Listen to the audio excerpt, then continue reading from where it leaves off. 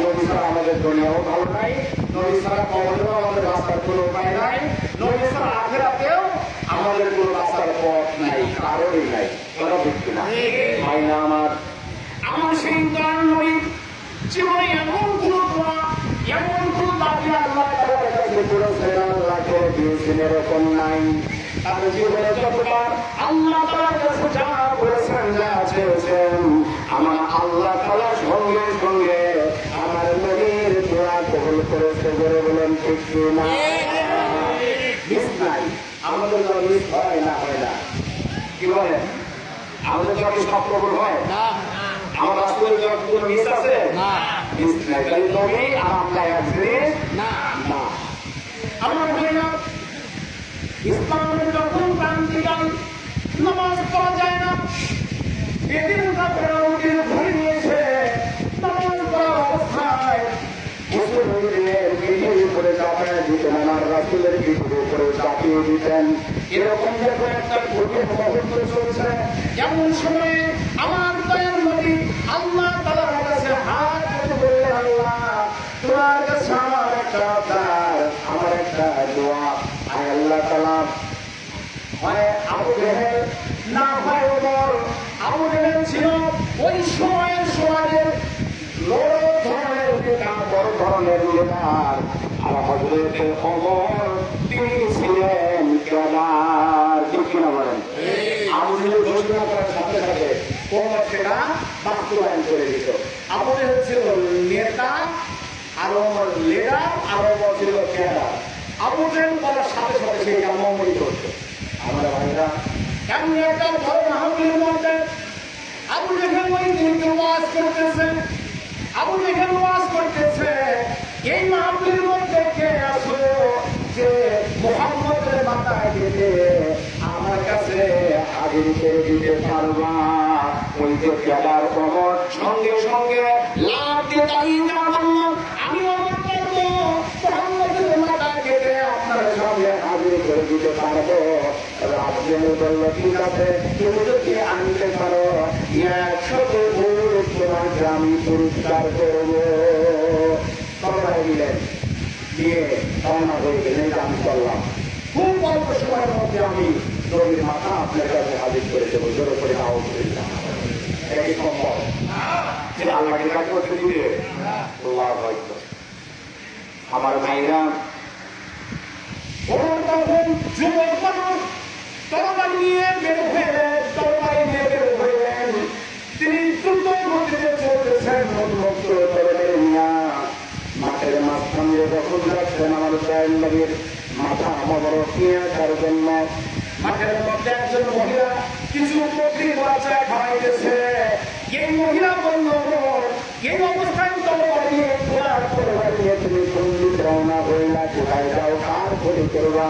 বলে, ও মা, ও মহিলা, আমি আজকে কাজটি করবো, আমি রাজের মাথা নিয়েছে আবু জেহেলের কাছে জমা দেব। আর আবু জেহেলটা দেব, কারণ আবু জেহেল 100 ভোট আমাকে পুরস্কার দিবে। জোরে জোরে করে নাউজুবিল্লাহ।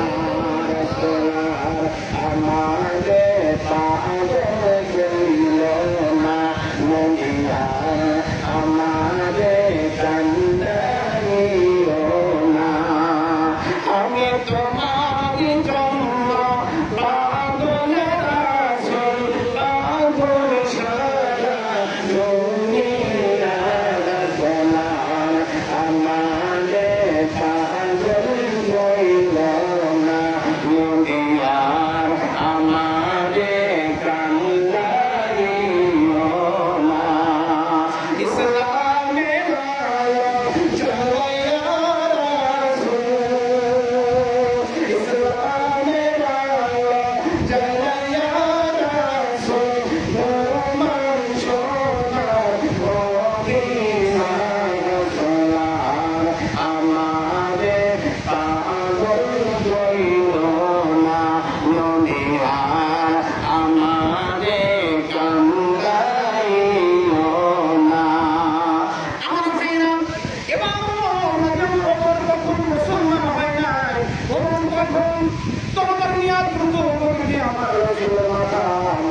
আনার জন্য তিনি দ্রুত গতিতে যাইতেছেন।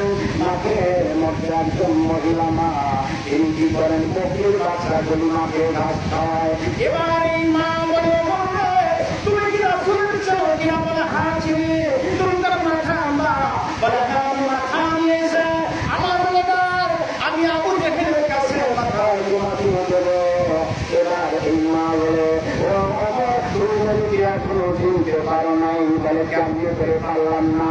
বলে এই কারণে তুমি চিনতে পারলে না, তুমি নবীর মাথা কখনো আনতে পারবে না, এই বিশ্বাস আমার রয়েছে। এবার বলে কিভাবে আপনার এই বিশ্বাস হয়েছে আমি আনতে পারবো না? বলে আমি মানবো, আমি বিশ্বাস করবো আমার যে বকরির বাচ্চা রয়েছে, এই বকরির বাচ্চার মধ্যে থেকে যদি একটা বাচ্চা তুমি করতে পারো, তাহলে তুমি রাসূলের মাথা আনতে পারবা। জোরে জোরে বলুন সুবহানাল্লাহ। দুই একটা চ্যালেঞ্জ দিয়ে দিল যুব কোমরের কাছে। যুব কোমর বলতেছে, আপনি রাস্তা খাটো করেন, ব্যাপারে আসবেন। তো ঠিক আছে, যেহেতু আপনি বললেন আমি আপনার ধরে দেখা দিচ্ছি। আমার ভাইরা এবার বাচ্চাগুলি হাত বানায় দিল। বাচ্চা সামনে করবে, ওমর আবার করে দেয়। বাচ্চা সামনে করে দেয়, এমন করে থাকে দূরে যায় না, তার থেকে একটু দূরে থাকে। এইভাবে করে চেষ্টা করতে করতে আমার ভাইরাল হয়ে গেল। এবার আমার বললো আর সময় নষ্ট করবো না। বাচ্চা ধরতে না পারলাম, বাচ্চার মাথা ঠিকই রাখবো। তুমি আমার সময় নষ্ট করতে চাও, তোমার দেব না। তখন মা বলে দিলেন, তাহলে তুমি দেবে না, তুমি তাতেই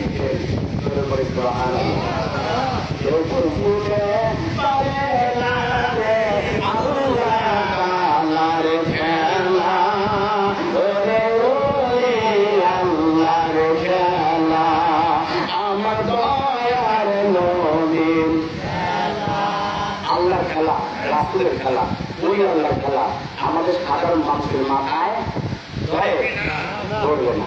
আপনি দেখেন, আমরা যে জন্মের বিষয়ের কথা বলি, আল্লাহ এই দুনিয়ার যত আছে সবই আল্লাহর বন্ধু, সবাই পাওয়ার আছে, আছে না?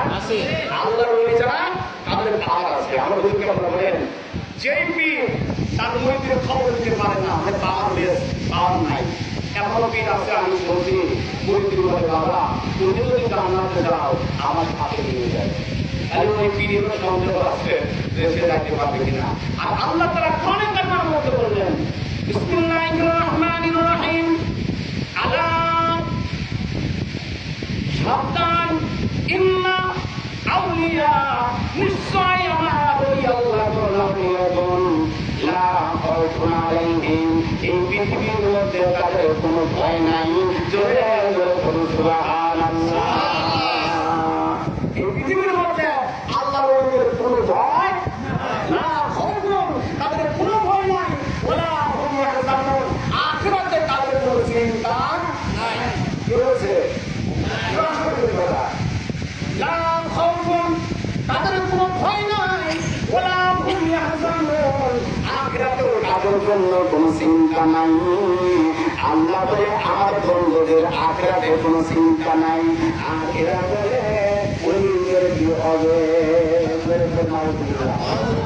নবীগণ জান্নাতি, শহীদগণ জান্নাতি, আল্লাহর ওলিগণ জান্নাতি। সংগ্রহ করার কোনো সুযোগ নাই। যদি নবী হতে না পারেন তাহলে মুরগি রাস্তা বসে হবে, বাবা তোমার রাস্তাকে আমার দেশের আঘাত চেষ্টা করে। আর আল্লাহর ওলিগণ তারা তো যাবেই, ইনশাআল্লাহ তাদের পরিচয় পান দিবে। আমার ভাইরা এবার খবর করলো, আপনার পিছনের সময় নষ্ট করতে চাই না। এবার আমি রওনা হয়ে গেলাম, আর দেরি করবো না। আমি নবীর মাথা নিয়ে আমার লেটার আবু জেহেলের কাছে জমা দিয়ে 100 উট আমি পুরস্কার নেব। আমার রওনা হয়ে যাইতেছেন, জুড়ে হয়ে যাইতেছেন। এবার একজন লোকের সাথে দেখা হলো, ওমর, এই তরবারি নিয়ে তুমি কোথায় যাও? কোন জায়গায় তুমি এইভাবে ভ্রমণ করতে যাও? কার ক্ষতি করবা? বলে ভাই আপনি আমার সময় নষ্ট করবেন না, আমি ও কিনতে আসি বলে কিসের দিদি বলে শুনে বলে আমি রাসূলের মাথা কেটে নিয়ে এসে আমার নিজের আবু জেহেলের কাছে তোমাকে 100 গুণ আমাকে দেওয়া হবে আমি আর দিন করবো না বলে ঠিক আছে তুমি যাইবা যাও কিন্তু একটা কথা আমি তোমাকে বলতে চাই বলে আমার কিন্তু একজন তোমার রক্ত করতে আপনি আর বলবেন না তাড়াতাড়ি বলেন তাহলে তাড়াতাড়ি বলতেছি তোমার বন্ধু প্রতি আর তোমার বোন তোমার আপন বোন আর তোমার দুলা ভাই যারা দেখে তোমার মৃত্যু থেকে মুসলমান হচ্ছে আরো আগে খবর রাখো হ্যাঁ আমার বোন মুসলমান হয়েছে আমার দুলা ভাই মুসলমান হয়েছে নবীর কাছে পরে যাই আগে ঘর ঠিক না রাগ হয়ে গেছে আমি ঘর ঠিক করি মাথার পুরস্কার করি আমার ভুল হয়ে গেছে মুসলমান আমার বন্ধু মিত্ররা আমার ঘরের মধ্যে ইসলাম ঢুকে গেছে এই যে আপনি না ঠিক করলে তার মান থাকবে না আমার ভাইরা রাসূলের বাড়ি যাওয়া বাদ দিয়া এবার বোনের বাড়িতে রওনা হয়ে গেলাম বোনের বাড়িতে রওনা হয়ে গেলাম বোনের বাড়ি দুটার বন দেখে বোন আর বোন আর দোলা নাই একজন কোরআনে কারিমা সুন্দর করে তেলাওয়াত করে আর একজন বসে বসে শুনে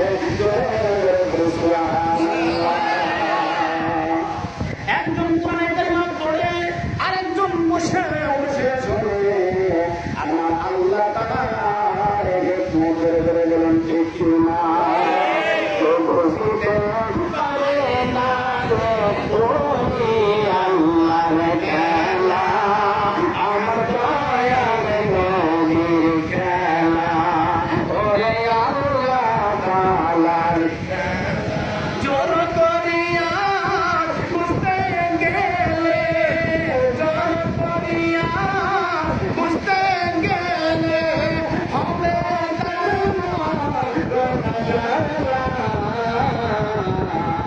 কেউ বুঝতে পারে না রে ওই আল্লাহর খেলা আমার দয়ার বাবার সত্তর বছর বয়সে কারো জ্ঞান ছোট বটে না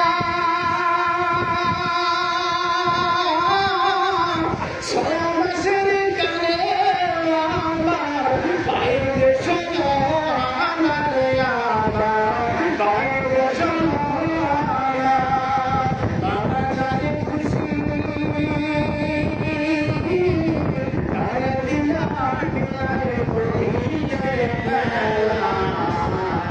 রাসূল যাবে খুশি আরে দিয়া মিলায়ে তৌহিদে আল্লাহ যাবে খুশি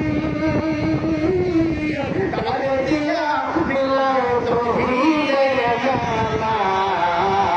কেউ বুঝিবে পারে না রে ওই আল্লাহর খেলা আমার দয়ার বাবার আমি কাজটা যাবো যারা আমাদের নিকটে দেখেছিল আমরা ছোটবেলা যাবো কাজটা দেখেছি যেমন করে খ্রিস্টানরা মানে বাংলার কাজ করছে না পাল্টি কিছু রেখেছে না করতে ছবি আছে সেগুলি হয়তো আমি আর বাঙালি বদল আর বয়ন নেই আদালত এখানে আর কত বড় বড় আটটা থাকে নাই আল্লাহ চিকিৎসা করেছে না আর রোগের চিকিৎসাও দিয়েছে শারীরিক চিকিৎসাও দিয়েছে আমার ভাইরা তিনারা যখন আমাদের মধ্যে আসতেন এরকম দেবীর মূর্তি আর হলো বোতল দিয়ে ভরপুর থাকতেন মানুষ ভরপুর করে দিতে আর দেবীদের মধ্যে কোনো টাকা নাই একজন ব্যক্তি ওই নিয়ে দাঁড়িয়ে আছে পড়ানোর বয়স আমার ভাইরা এমন একটা লোক আল্লাহর কাছে ছিল কিন্তু মানে রোগ বুঝে আলাদা আলাদা কোনো গুণ দেয় নাই একটা গুণ দিয়েছে ওই আঙ্কুর মধ্যে দিয়া যার যে সমস্যা তার চিকিৎসার মধ্যে হয়েছে বলুন ঠিক কিনা তুমি খাওয়ার আমার আল্লাহ তাআলা দিয়েছে কিনা এখন যে ব্যক্তি ঘর কখন টাকা পায় নাই ওই ব্যক্তি এখন বুঝে হলো আমার ব্যাংকের ভুল ছিল তো ওনার টাকা ভুল লাগে নাই কি হয়েছে সব কিছু এটা হলো একটা সিস্টেম বুঝি না আল্লাহ যদি রাজি সব লোক খায়, বলে ঠিক কিনা? তিনি যদি এই বয়ানগুলির প্রতি খুশি থাকে তাহলে সব লোক খায়। আমার ভাইরা, আল্লাহ দিয়েছে আসলে এটা তাদের একটা ওসিলা, আর এই ওসিলাতেই আমার আল্লাহ তাআলা মানুষের রোগ বালামতি দূর করে দিয়েছেন। ভাইরা আমার, একটা লোক হাতে করে দাঁড়িয়ে আছে, উনি চিন্তা করে আমার বয়ানের মধ্যে হুজুরের ঘুম আসে নাই, তারপরে তো আমার রোগ ভালো হবে না। এটা হলো তার একটা মনের ধারা, যেটা আমার আগের কথা যে আলোচনা করেছেন ওই হাদিসটা আমাদের কিন্তু বেশি বেশি মনে রাখা দরকার। ওখানে শরীফের প্রথম হাদিস, ইন্নামাল আমালু বিন্নিয়াত, নিয়ত ঠিক, নিয়তের মধ্যে গরমিল আর কোনো কাজ হবে না। ৩৬ বছরের বয়স কেমন যেন চোখে চলবে না। মুরিদের বয়স কত বছর? ৩৬ বছর, কোনো কাম হয় না। আবার ৬ মাসের মধ্যে আমার হুজুর কেবলা তার পাপের উপর করে দিচ্ছে, বললাম ঠিক কিনা? এজন্য হুজুর কেবলা বলছেন, বাবা আমি কোন জাতের ভিতরে কি রাখছি এটা আপনারা জানেন না, বলা ঠিক কিনা? আমার ভাইরা, এই যে চিন্তা করে আমার বয়ানের মধ্যে তো কোনো ভুল গেল না। মাহফিল শেষে তিনি হুজুরকে বললেন, হুজুর আমার বয়ানের মধ্যে আপনি দয়া করে হুজুর বললেন, বাবা অসুবিধা আমি গিয়েছিলাম, তারপর জান সমস্যা নাই, বলে হুজুর আমার বয়ান ছিল, বলে বাবা অসুবিধা নাই, বলে হুজুর মেয়াদ ছিল, বলে বাবা অসুবিধা নাই, বলে বাবা বলুন দিয়ে দিলেন, বলে নিয়ে যাবে। বারবার বললেন অসুবিধা নাই, চলবে অসুবিধা চলবে, তারপর বলে ধরো হুজুর একটু যদি ভোট দিয়ে দিবেন, আচ্ছা ঠিক আছে বাবা বয়ানটা হুজুরের কাছে বলেছে, হুজুর একটু পৌঁছেছে, হুজুর সাথে সাথে বয়ান থাকিয়ে পানি থেকে করে গেছে। বয়ান থাকে খানিকা হুজুর উঠে গেছে। ওই আল্লাহর সাথে মারামারি করার কোনো সুযোগ আছে? এটা কি ভালো হয়?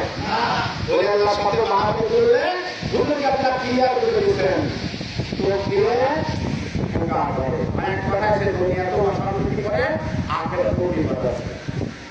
ওই আল্লাহর সাথে ব্যবহার করে কেউ দুনিয়াতে শান্তি না নিয়ে মরতে পারে না।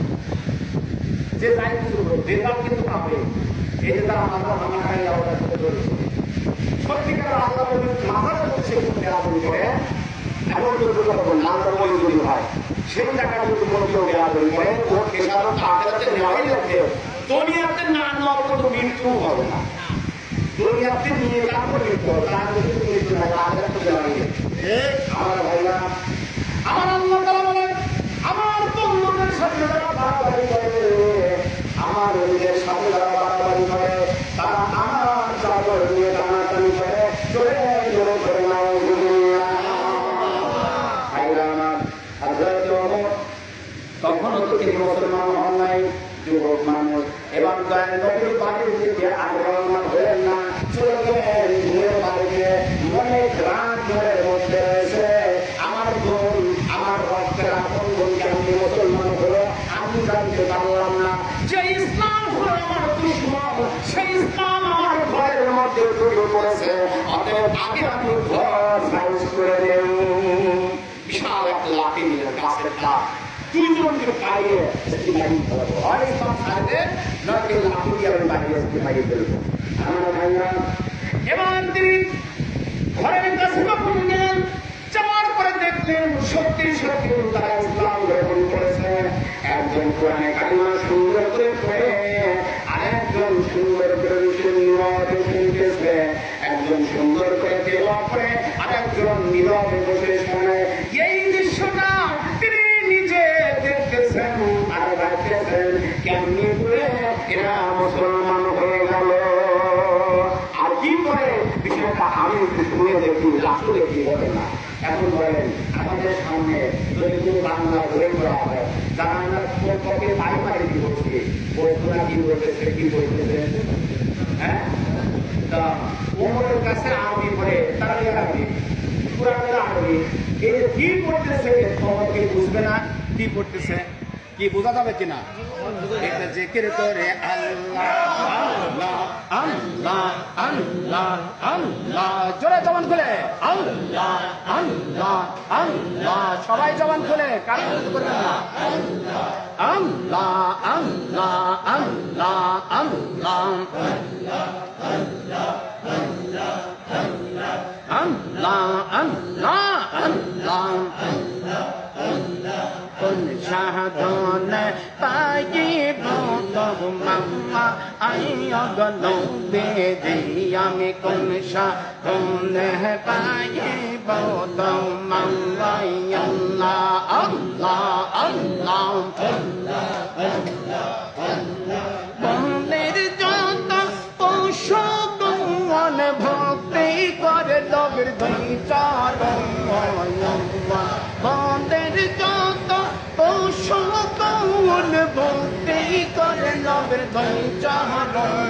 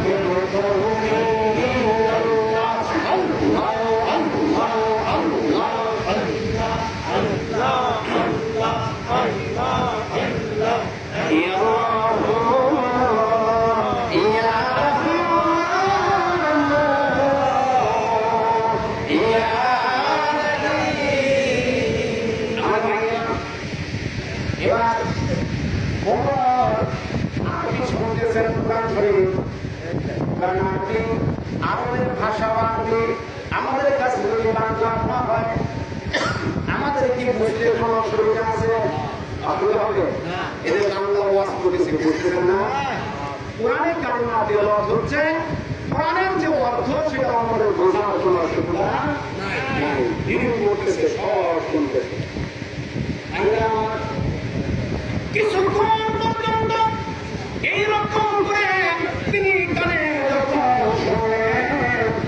আর চিন্তা করতেছেন, আর চিন্তা করতেছেন, ভাবতেছেন যে কোরআনে কারিমা পড়া হইতেছে, এই কোরআনে কারিমা কোন মানুষের পক্ষে বানানো সম্ভব নয়। এই বক্তাই আছেন, আমার সময় আসলে কোনো লোক পাওয়া গেল। বক্তাই আছেন, একটু